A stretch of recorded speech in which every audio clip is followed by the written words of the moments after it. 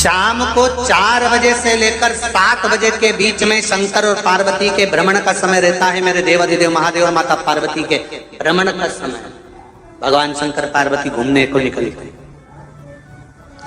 इसलिए हमारा सनातन धर्म कहता है शाम के समय पर माताओं को झाड़ू नहीं लगाना चाहिए, शाम के समय पर माताओं को चूड़ी बिछिया नहीं बदलना चाहिए, शाम के समय पर माताओं को मांग में सिंदूरा नहीं भरना चाहिए, शाम के समय पर माताओं को बाल नहीं बांधना चाहिए, शाम के समय पर माताओं को चौखट पर नहीं बैठना चाहिए। उसका कारण क्या है? क्योंकि पार्वती जी ने भगवान भोलेनाथ जी से कहा था कि तुम मुझे रोज शाम के समय प्रदोष काल में भ्रमण के लिए लेकर जाते हो, मेरे लिए आज्ञा क्या है? शंकर भगवान ने कहा सुनो पार्वती, मंदिर के अंदर नंदी रहता है, जाने वाला यात्री जब मंदिर में मेरा दर्शन करने आता है तो नंदी के कानों में कहकर जाता है कि शिव जी को मेरे यहाँ लेकर आना। मैं नंदी के अनुसार उनके घर जाता हूँ, मेरा काम है उनका कल्याण करना और तेरा काम है उनके घर की नारी को अखंड सौभाग्यवती का वर प्रदान करना, ये तेरा काम। तब पार्वती माता ने कहा अखंड सौभाग्यवती होने का वर मैं तो दे दूंगी, पर उस समय पर माताएं चूड़ी बदल रही होगी, हाथ से चूड़ी निकाल रही होगी तो मैं वर कैसे दे सकती हूँ? मांग भर रही होगी तो मैं वर कैसे दे सकती हूँ? उस समय पर चूड़ी बिछिया बदला जा रहा होगा तो मैं वर कैसे दे सकती हूँ? उस समय पर झाड़ू लग रही होगी तो मैं लक्ष्मी को वहां कैसे भेज सकती हूँ? आप बताओ। तो शंकर भगवान ने कहा प्रदोष का समय एक ऐसा समय होता है, शाम का समय ऐसा होता है जिस समय पर केवल शंकर और पार्वती की आराधना का समय होता है। हम तो कई लोगों से कहते हैं अगर आपके यहाँ संपदा नहीं आ रही है, बहुत मेहनत कर रहे हो, फल नहीं मिल रहा, कहीं नौकरी, कहीं सर्विस या कहीं व्यापार या व्यवसाय में कहीं तकलीफ आ रही है, हम सबसे कहते हैं शाम का समय पकड़ लो, शंकर जी के मंदिर में दिया लगाना प्रारंभ कर दो। शिव मंदिर में अगर दिया नहीं लगा रहे हो तो बेलपत्री के पेड़ के नीचे दिया लगा। बेलपत्री और शंकर जी के मंदिर में दिया नहीं लगा रहे तो शंकर जी के मंदिर के बाहर चौखट पर दिया लगा। इतना भी नहीं कर सकते तो अपने घर के बाहर अपने द्वार पर दिया लगा दो और शंकर जी के नाम का श्री शिवाय नमस्तुभ्यं बोलकर शंकर भगवान को याद कर कर अपनी कामना कर कर बाबा का स्मरण कर कर पंचाक्षर मंत्र नमः शिवाय, षडाक्षर मंत्र ओम नमः शिवाय, द्वादशाक्षर मंत्र ओम नमो भगवते वासुदेवाय, जो मंत्र तुमको याद है उसका स्मरण कर कर लक्ष्मी हो चाहे नारायण हो चाहे राम हो चाहे कृष्ण हो स्मरण कर कर शाम के समय बाहर दिया लगा दो, दरवाजे के पास लगा दो। वो सुनेगा जरूर, आएगा तो उसका वेलकम जरूर होगा और वो कुछ देकर जरूर जाएगा। नियम तो बनाओ, उसकी चौखट पर जाकर कहना प्रारंभ।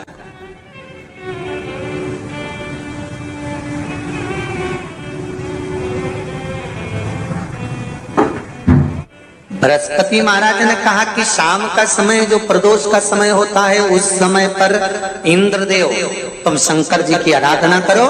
शिव आराधना से शंकर जी जो मार्ग प्रशस्त करेंगे, शिव आराधना से जो शंकर जी कहेंगे वो तुम करना। ठीक है, आराधना करी बाबा भोलेनाथ जी।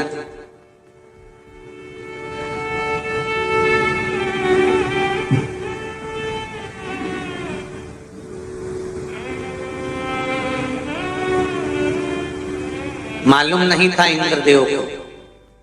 बृहस्पति महाराज ने प्रदोष की महत्वता समझाई तो प्रदोष का समय जानकर शंकर जी पर 7 बेलपत्र प्रदोष के दिन इंद्र ने समर्पित कर दी बिना सोचे।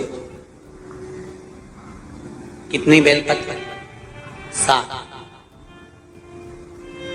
प्रदोष का व्रत करो चाहे ना करो, मंदिर में चढ़ी हुई बेलपत्र को उठा लो,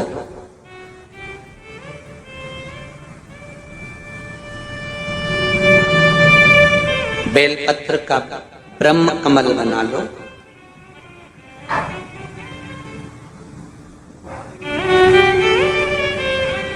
ब्रह्म कमल का मतलब होता है डंडी बीच में रहे, आसपास पत्तियां रहे। 7 पत्ती का ब्रह्म कमल बनाकर, जैसे ये पत्तियां हैं एक जैसी रखी हुई हैं तो इसको फैला लिया 7 पत्ती को, आपस में फैलाकर ब्रह्म कमल बना लें।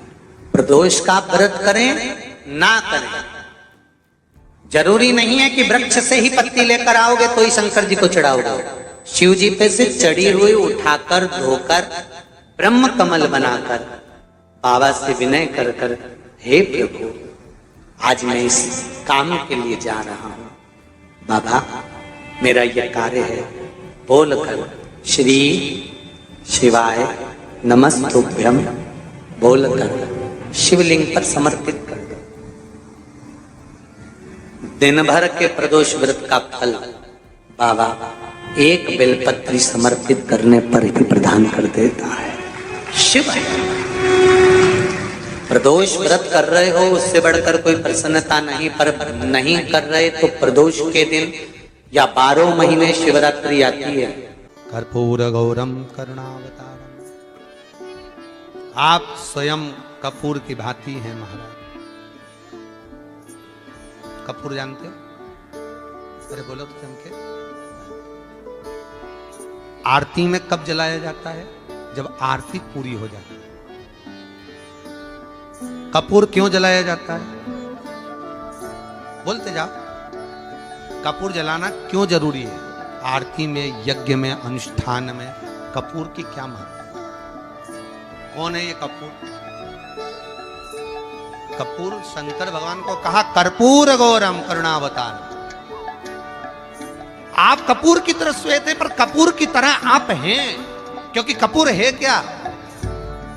जब भगवान राम और कृष्ण ने यज्ञ किया, देवताओं ने आवृत्त यज्ञ किया। भगवान विष्णु जिस यज्ञ को करे, भगवान राम ने जो अश्वमेध यज्ञ किया, देवताओं ने जो यज्ञ किया, आनंदमय भगवान विष्णु जिस यज्ञ को करे, यह अश्वमेध यज्ञ केवल राम ने नहीं, इससे पहले नारायण कर चुके थे। भगवान विष्णु लक्ष्मी के साथ अश्वमेध यज्ञ का अश्व राम जी के समय पर तो लवकुश ने पकड़ा था, पर विष्णु भगवान के समय पर वो यज्ञ का घोड़ा सब दूर घूमता रहा। वो अश्व जो आया वापिस, तो भगवान विष्णु से उस अश्व ने निवेदन करा कि अब मुझे करना क्या, मैं सब दूर से आ चुका, या मैं पृथ्वी पर ऐसे ही भ्रमण करता रहूंगा, जगत में ऐसे ही घूमता रहूंगा। तब भगवान विष्णु ने भगवान शंकर से निवेदन करा कि इस अश्व का क्या करें। शंकर भगवान ने 33 कोटि देवताओं को विराजमान किया। शंकर अपने अंदर 33 कोटि देवताओं को बिठाकर, तब भगवान शंकर ने हाथ में गंगा का जल लेकर उस अश्व पर छोड़ा, तो उसको कपूर बना दिया। कपूर बनाकर उसको यज्ञ में समर्पित कर दिया। भगवान विष्णु से कहा, सुनो विष्णु, यज्ञ की पूर्ण आहुति पर यह कपूर के रूप में ये अश्वमेध यज्ञ के अश्व को दान दिया गया। अर्थात पृथ्वी पर मनुष्य यदि अपने घर में आरती पूजन में कपूर को प्रज्वलित करेगा तो उसको 1000 अश्वमेध यज्ञ का फल उसी समय पर प्राप्त हो जाएगा। इसलिए हर आरती के पूजन के बाद कपूर का टुकड़ा जलाया। कपूर की बड़ी महत्वता है हमारी।